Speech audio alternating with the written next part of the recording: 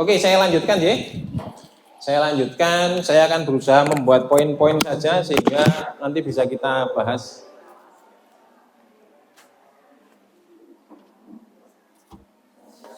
Ini penghapusnya mana ya? Nggak ada penghapusnya, Bu. Aktor. Semoga terbaca tulisan saya sampai belakang. Aktor itu adalah orang yang bermain drama gitu. Gampangannya begitu. Dibedakan aktor dan aktris ya. Aktor itu laki-laki, aktris itu perempuan. Tapi untuk mempermudah kita jadikan satu saja aktor gitu.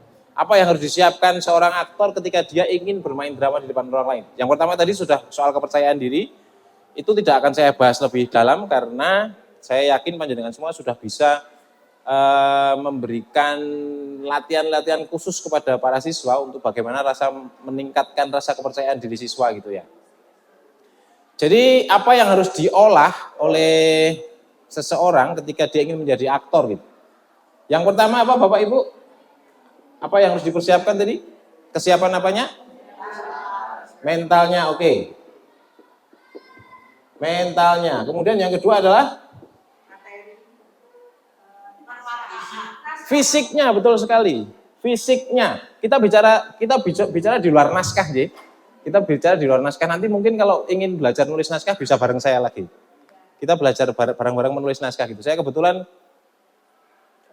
sudah lama sekali saya nggak nulis cerpen, nggak nulis puisi.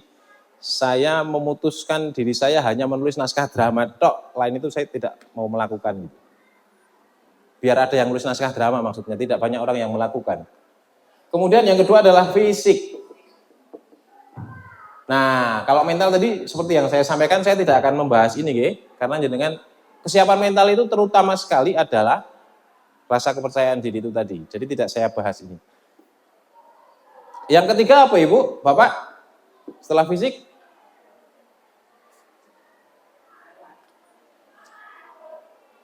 Apanya yang harus disiapkan oleh seseorang kita ingin menjadi seorang aktor yang baik? Kenapa Pak?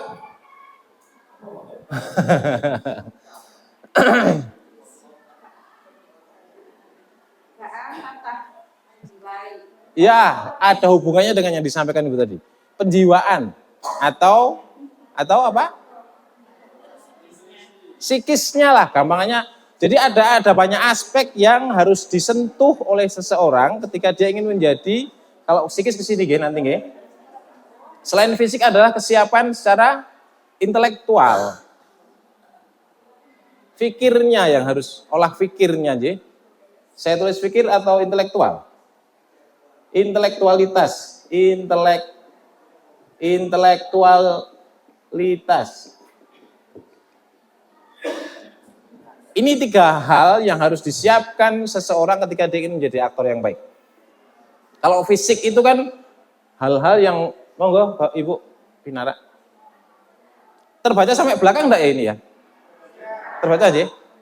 Saya khawatir enggak terbaca ya. Karena silau dari sana. Kalau fisik itu, kita akan membahas satu persatu J.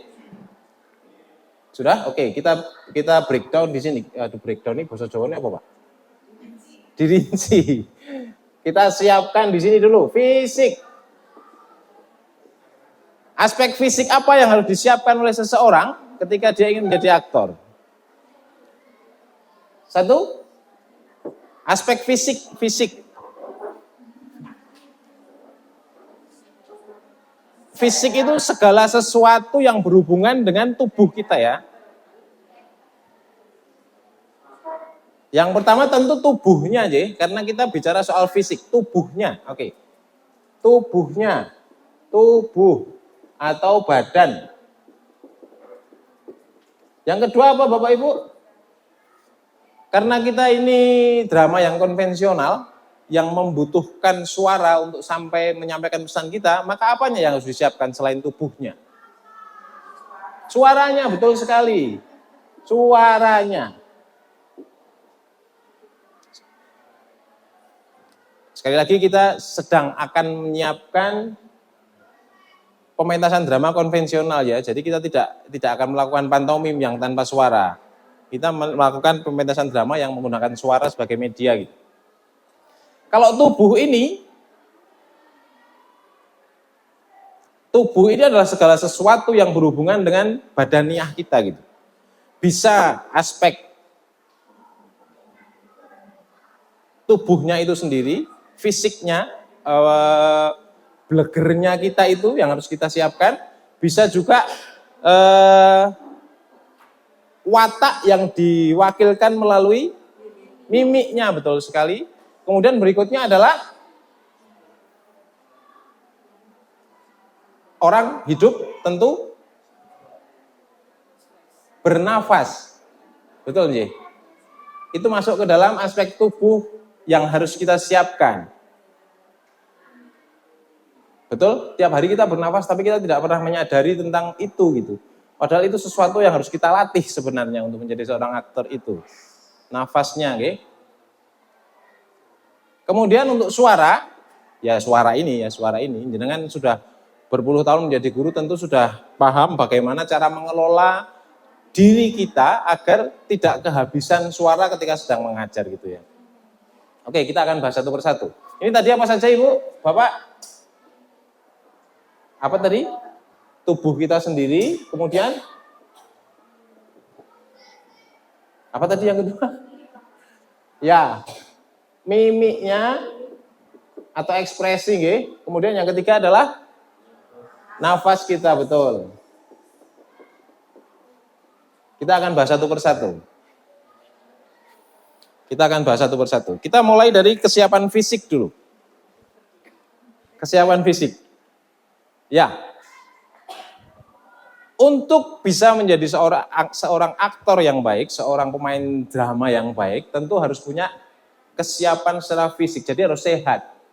Sehat begitunya. Sehat itu bisa diartikan banyak hal, nggih. Yang penting kita sehat dan mampu untuk melakukan aktivitas di atas panggung.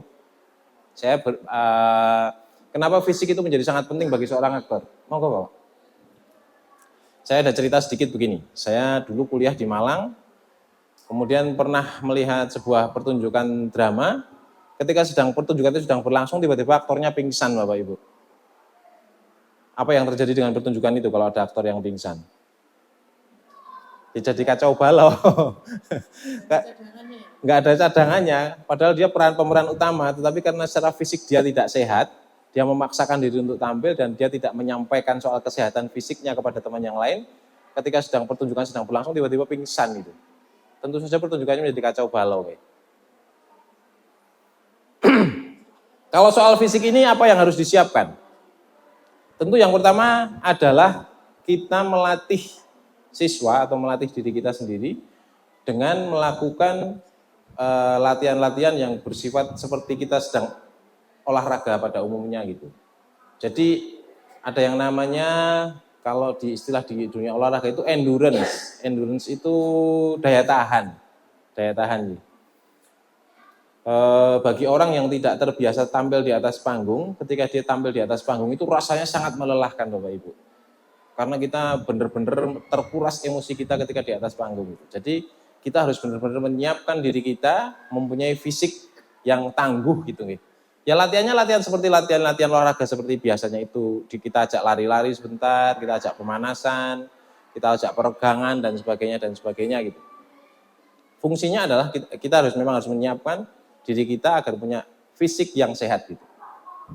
Kalau itu tidak perlu kita bahas lebih lanjut, itu tidak perlu kita bahas lebih lanjut karena latihan olahraga kan seperti latihan olahraga seperti biasanya gitu. Nanti jangan bisa ngajak siswa untuk latihan olahraga seperti biasanya. Kalau nggak bisa ya minta tolong guru olahraga untuk nemani gitu. Kita akan masuk ke yang kedua. Ekspresi, mimik. Ekspresi atau mimik.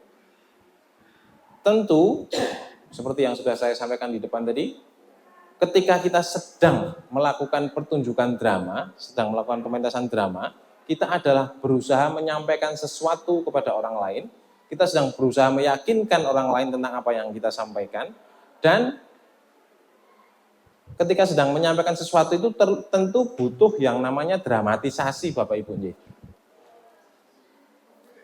Dramatisasi itu menjadi sangat penting dalam sebuah pertunjukan drama. Dramatisasi.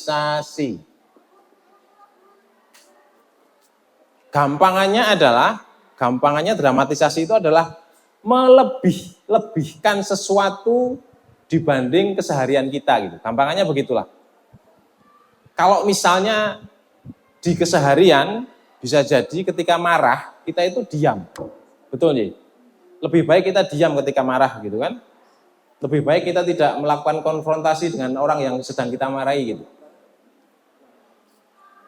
Tetapi hal itu kan tidak bisa dilakukan seorang aktor ketika dia sedang memerankan seorang tokoh yang sedang marah. Kalau hanya diam kan penonton nggak tahu kalau dia marah. Kan perlu ekspresi untuk menyampaikan kemarahannya gitu. Ketika dia menangis bisa jadi ketika ngapunten nggih, ketika ibu-ibu nangis itu tiba-tiba masuk ke kamar diem di kamar diem gitu padahal sedang nangis gitu. Karena tidak ingin nangisnya itu diketahui orang lain. Tapi kan nggak mungkin itu kita lakukan di atas panggung. Ketika kita sedang menampilkan suasana sedih, menampilkan suasana yang gembira itu kan harus kita ekspresikan gitu. Itu bisa dilatih dengan cara kita panjenengan mengajak siswa untuk menyadari dirinya sendiri dulu. Menyadari dirinya sendiri itu artinya bahwa selama hidup kita itu pasti pernah mengalami sebuah peristiwa yang membuat kita menjadi marah, yang membuat kita menjadi benci, yang membuat kita menjadi sedih, bahagia dan sebagainya. Kita sadari dulu itu gitu. Kita sadari dulu, suruh mengingat-ingat siswa. Kita suruh siswa untuk mengingat-ingat terbalik. Kita suruh siswa untuk mengingat-ingat peristiwa-peristiwa tertentu yang membuat dia menjadi marah itu apa gitu. Ini contohnya. Misalnya apa jenengan Pak Heri? Hal yang membuat jenengan sangat marah itu apa Pak Heri? Yang pernah jenengan alami gitu dalam hidup. Sesuatu yang membuat jenengan sangat marah gitu. Gak pernah marah jangan-jangan. Gak mungkin lah manusia gak pernah marah itu kan ekspresi yang sangat manusiawi ya. Marah pada diri sendiri. Nah, ini sementara kalau ada anak sekarang ini kan ya tadi pagi saya marah. Iya. Anak-anak saya suruh minum kan kalau saya mengajar sudah saya beritahu. Nek Pak Heri mulang, ojo nggowo banyu. Banyune lu kok